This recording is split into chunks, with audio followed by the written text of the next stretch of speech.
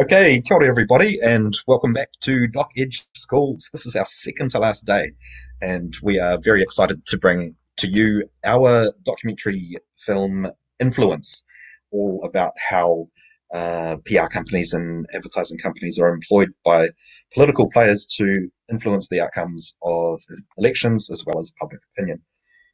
First and foremost, I'd like to thank Ray Foundation, who have made all of Doc Edge Schools possible, as well as all of the Doc Edge team who have worked so hard in 2022 transfer our theatre festival to online. And it's been a long journey and it's been a few tech challenges, but here we are. And within that, I'd also like to thank Alicia Ada, who's the school's coordinator, who has been solidly making all of this stuff happen behind the scenes too. Thank you, Alicia. Thank you.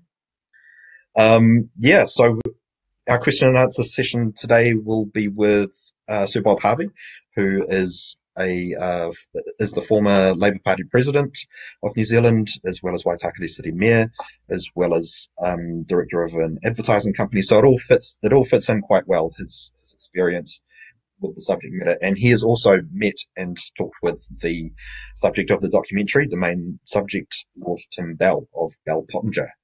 So, And Cherise. what's that? And Cherise as well. Oh, is Cherise coming and joining us today? Yeah. Awesome. Okay, cool. I wasn't sure if she was coming along today too, so that would be great to have her back. Yeah. Okay, well, we're expecting a few people along, but we'll put some stuff in the chat here. I think Alicia, you're already across that. Yep, look at that. So if anybody is late to the game here and is having trouble getting the movie to play, or you need some tech assistance, Alicia's put our emails in there. You have to have signed up via the invitation email to make the movie play. So if you haven't done that, just email us and we'll send you the invitation link and away you go. The important thing is to keep this window open. So after the screening, you just come back in. We'll turn all of the mics and the cameras off. But if you have any questions, make a note during the screening and put them in the chat box afterwards. And if you're super keen, you can come up on camera by clicking this hand icon, which has speak underneath it. And we can get you up on stage for your students to ask any questions too. So without much further ado, have I forgotten anything, Alicia? Is there more to add? No, it sounds good. I would personally write some notes because it is quite a long film.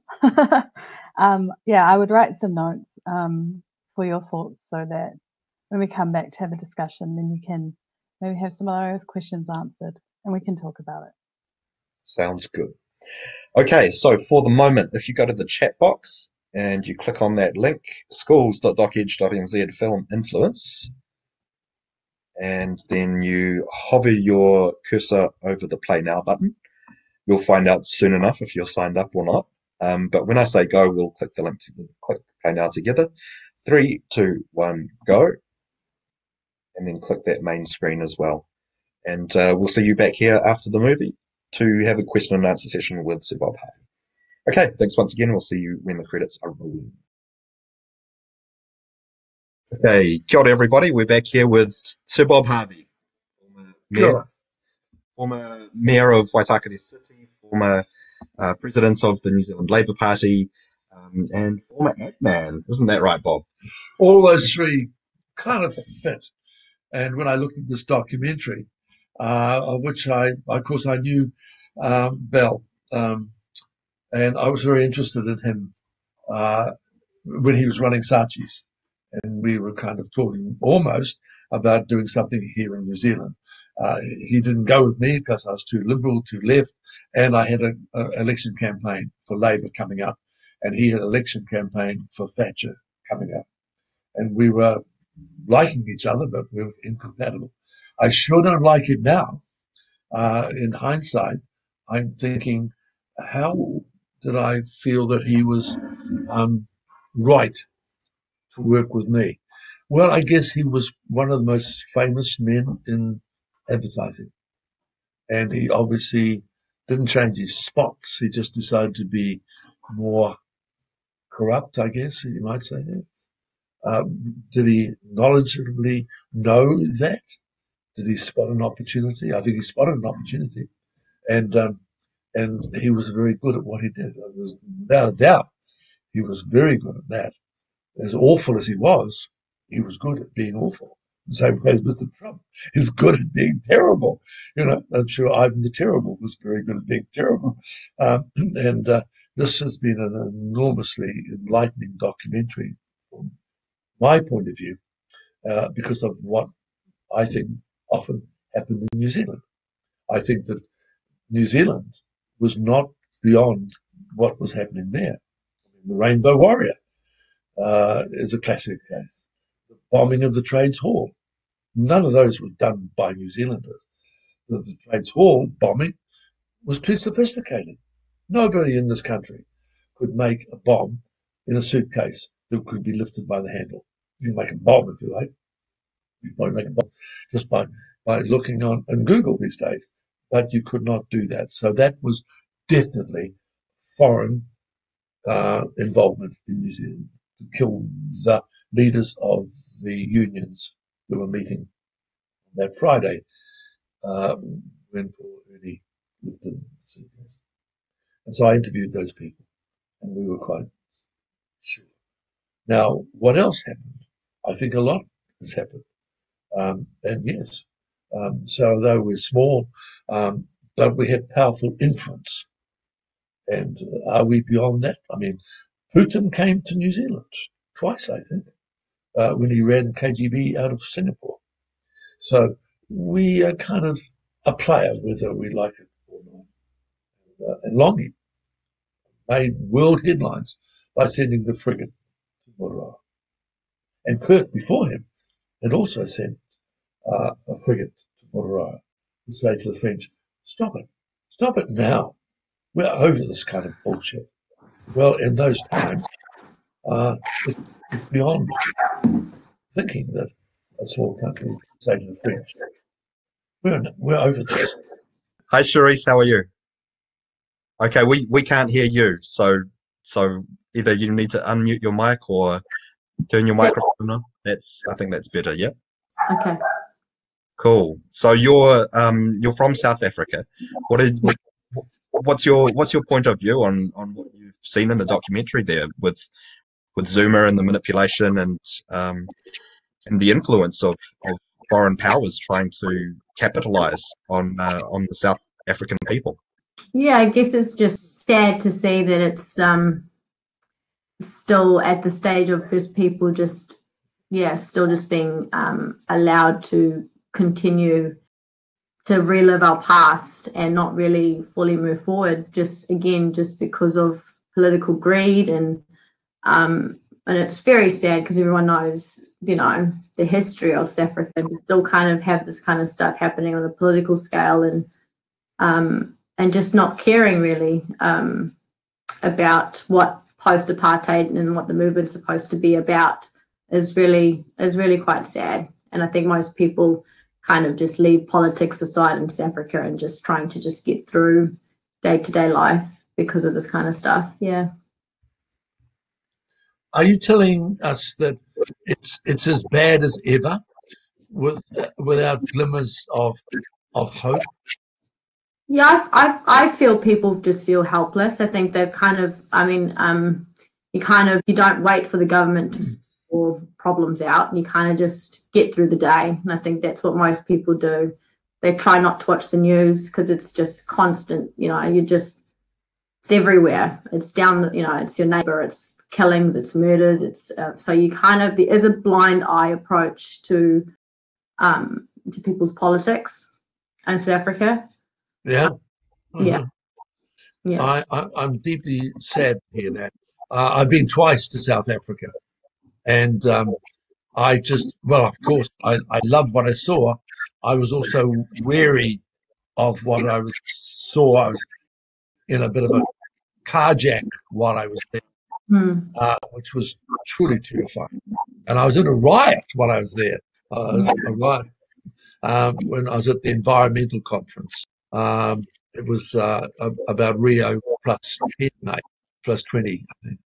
And I went out to one of the stadiums because someone told me Fidel Castro was there. Well, he Mm. wasn't there, but Wow. all of Africa with issues was there. Mm. And it was amazing to be in, well, not a riot, but an angry million people Mm. from all of Africa had descended on Johannesburg to protest. And it Yeah. was the first time I'd seen stun grenades being fired Mm. into crowds. And I felt the might of Africa. I felt the wonderment of people in motion. But I also felt that I'd like to see an end to their grief and their anguish. Yeah. Yeah. I think it's a That's lot of 15 years ago. anger. People don't really know where to put all the anger. It's just all bottled up. So there's there's an undercurrent of lots of emotions, and I think that's what kind of even came up when I was watching the documentary, was just anger, just angry that, you don't care when people are starving. You don't care to do, and to take from a country like South Africa is really, it's just evil. Every sense of the word, just evil. But that's at the top. Yeah. There is, when I see African celebration, like, say, rugby matches, when Mandela was in the presence of Mandela, I've been with him in New Zealand for a week. I realized that he was probably one of the most beautiful men I have ever been in the company. He was just a saint, I thought. I mean, I don't get in awe of people. They're people, after all, live and we die. But he had such magnetism and such charisma.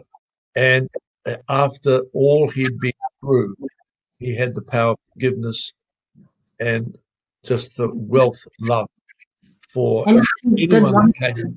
Yeah. Yeah. He was one of the few African in the whole continent that only served one term. Stood down after, he wasn't in, this whole thing of power, and they have to be kind of kicked out of parliament, kicking and screaming, because they just want to just hold so much. And it was very gracious. I think he realized that. I think later when I observed him, not in defeat, but in leaving, that it was such a noble and right thing to do, to get his country, your country, to a better place and then step down, is really the magnitude of leadership at its best. Yeah. Not to get stuck into power. Marcus Aurelius would have been proud of him. Yeah. Definitely. I'm going to pose a couple of questions here. So with the external influence, like how difficult would it have been for the general public to have seen that through, even at the F.W. de Klerk apartheid stage? Like, I mean, it's hard enough for people in this country to see external influence. They just see good catchphrases and some some good slogans to chant and so on. Do you think there's enough public understanding of the political process and how media and advertising can really sway public opinion and influence elections? Yeah, I think people are kind of wisening up. Then the new generation are. I think, like, in the Western Cape is very different. Their politics and everyone who actually, they've got a lot more of a diverse government than the rest of South Africa. So it is also, you're talking like 50 odd million people, and a lot of them, these suburbs in these cities that have no schools, no employment, no education. And so I think there is an undercurrent, and then people are just, there's a lot of people that don't really have access to media, or to televisions or to anything in these types of camps. And I think especially people that are living in extreme poverty, which is again the majority of people, if they see someone that's promising them anything, any carrot is better than nothing. So, and they do, ANC, I believe, have for a long time relied on an uneducated voters, and I think that's been basically, what they've been doing for years. So I do think that's the root of the issue. It may very well be, as strange as it seems, that we just have to say it will come right. It will change, but it will take time. Yeah. And it may take time past our lives and even our children's lives, but it will come right. Yeah. I hope that will be a prophecy, which I sincerely believe it will come right.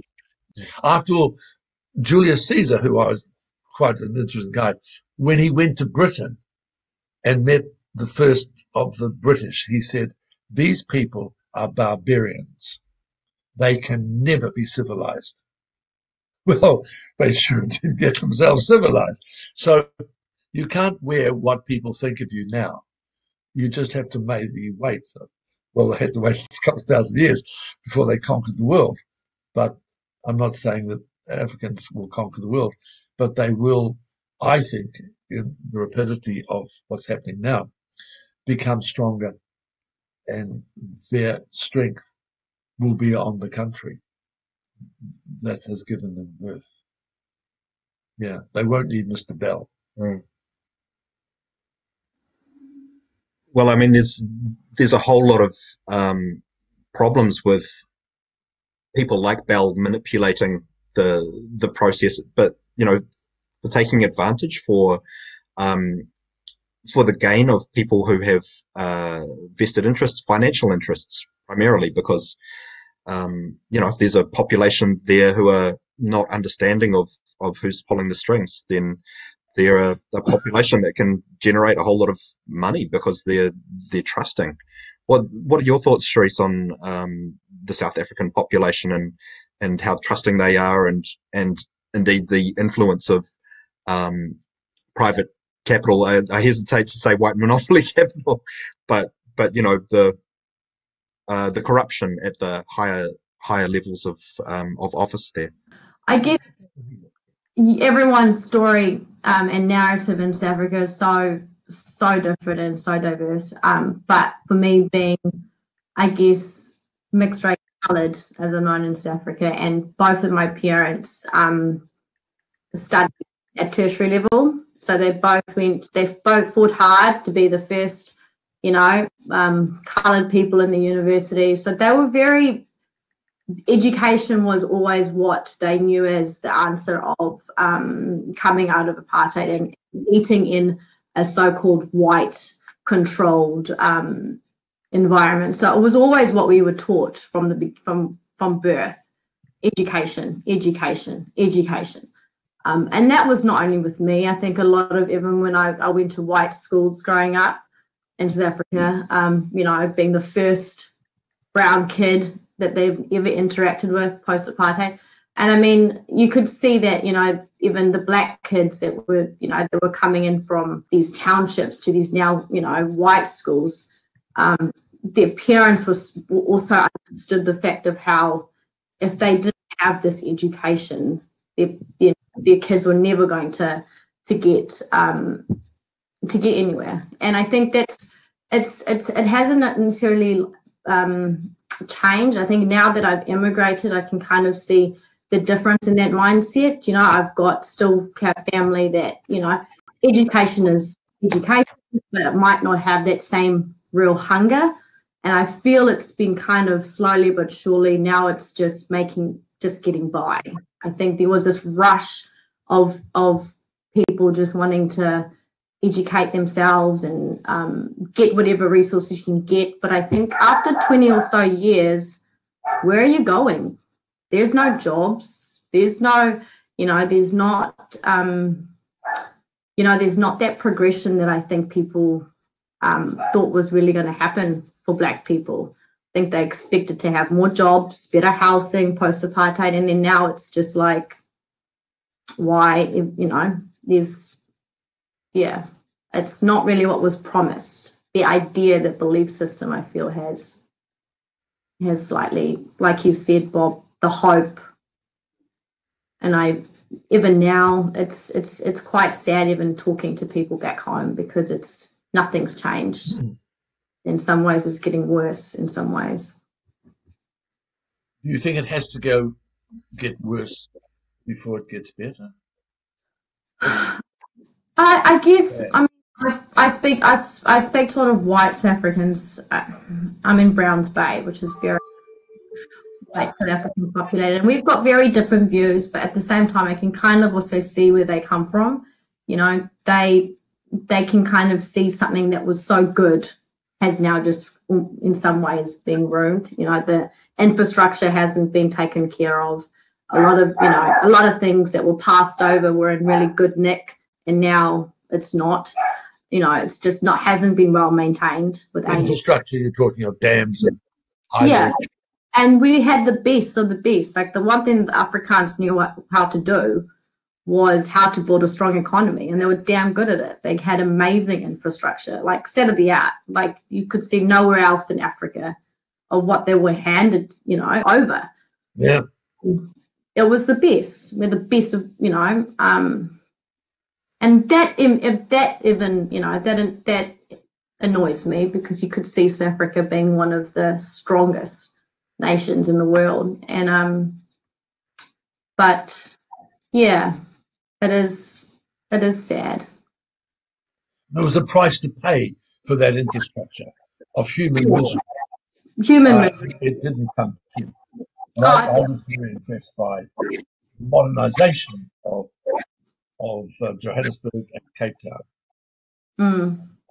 I felt a lot to be proud of, I guess, and what the country had achieved since British rule. Yeah. I mean, the country had been so abused by so many, and power. The British have a lot to answer for, while they're pulling down statues. Not that I totally agree with people pulling down statues. Okay. I thought, well, Queen Victoria needs a good pulling down of all of them, because she presided over the slaughter and cruelty of millions of black and brown, and name a colour. Queen Victoria let them be killed. I don't know, she must have looked out the window or something. But when I grew up, the map on my school wall was red. It wasn't Russian red, it was British red. The whole world had been conquered by the British, including, of course, South Africa. And I thought the South Africans were very, very decent, that they accepted so much that had gone before. It suddenly, of course, changed, and the country was given to the people. Yeah. I mean, certainly there's the idea of weaponized communication, even in the way that maps are used and the way that imagery is used of the world. And I think what Bob is speaking to here is that on the old maps there was this pink-red element of every country in the British Empire or the Commonwealth, and it was designed to give an impression of how powerful the empire was, and that in itself is reinforcing to young children when they're learning geography of who's in charge. So that in itself is weaponized communication. I've got a question for you, Bob. What's another example of weaponized communication, or a way that a population is influenced through a tagline, through a slogan, through imagery that you've experienced in your ad career? Well, I think fear is always a weapon that's used. And I was a great protester in the Vietnam War here in New Zealand, and I felt very proud of that and vindicated. But the fact was that was a fear. If we do not support the Vietnam War, the whole of Asia will run down to New Zealand and kill every one of us, rob and rape everybody. of which we said nonsense. And that was absolutely, they had no intention of that. You know, that China would be on the march. China at that point was starving. Russia was the most dangerous country in the world. They were also the most vulnerable country, while all the Americans and Time magazine and everyone was saying, Russia is about to attack America. Well, that was absolute nonsense. They were dying of starvation. But propaganda was creating, in my lifetime, and not so long ago, a fear factor globally. And by the way, let's come up to date with COVID-19. People say, look at those Chinese. They have done this. They've created it in a lab as punishment for what? You know, so we've got to be very careful. We don't buy the fear factor. Yeah. Mm. Yes, you know, keep America great, I guess, in my way, is a fear factor. That if America isn't great, then we fall into the hands of others. Well, tell me about the others. You know, I hope that the world does not enter into warfare. I think we're smart enough not to do it. Are we? I don't know. I don't know. Can we create a war and no one will come? We know the Americans will come. They can hardly wait to do it. And I'm dreadfully in fear of a Trump empire that will not go easy into the sunset. And he would love to have a go at China. But China, I think, to its credit, has never attacked in 2,000 years. They've always been attacked, but China has never been the aggressor. It worries me. We're getting close to time here, but I've got a couple more questions. I love, Cherise, that you pointed out that education, I mean, perfect for doctorate schools and what we're doing here. Yeah. But, you know, media studies is so important and so underrated about how to decode the messages of the people who want to sell you an idea. And I think that's the crossover in media of advertising and marketing, is that ideas are products to get a population to follow, and there's a certain amount of selling that needs to be done there. Have you got any thoughts about how to, other than media studies, about how to decode the messages? Are there any things that you look for? And that's a question for you too, Bob, about how to decode media messaging.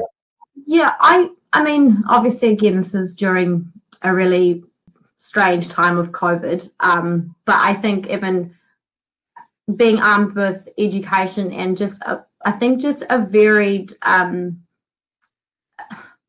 guess, travel. Like, I immigrated, so I was actually able to completely adapt to a completely different foreign culture to my own and what I was taught and how I was raised. And I mean, I would not be interacting with the kinds of people that I interact with every day if I was living in South Africa. It's a completely different culture. That, in a sense, challenged, you know, you immediately have a challenged mindset. At 12 years old, you're like seeing things being done a completely different way. And so I guess, yeah, I mean, obviously now with COVID, you can't go and travel at the moment, but you can still, I think, just knowing other people's narratives, other people's stories. How did we get to this point, and what are the different, you know, these for one experience, there's 100 other lived experiences of different age groups, what they experience going through different times. So I would just, ask questions, talk to people, expose yourself to different types of people, different age groups. You can learn a lot from young and old. So that would be, worldview. Yeah. Thank you very much, Cherise. Thank you very much, Sir Bob. And thank you to Alicia as well, and all of the teachers and students, watching too. I think that just about wraps it for today. would like to thank the Ray Foundation for making all of this possible, as well as everyone at Doc Edge for working so hard to bring our usual theatre experience to an online audience nationally this year. So we're reaching a lot of young people with some good ideas and some good conversations. So thank you all who participated. Really appreciate it. No problem. Thank you. Lovely working with you. Bye, guys.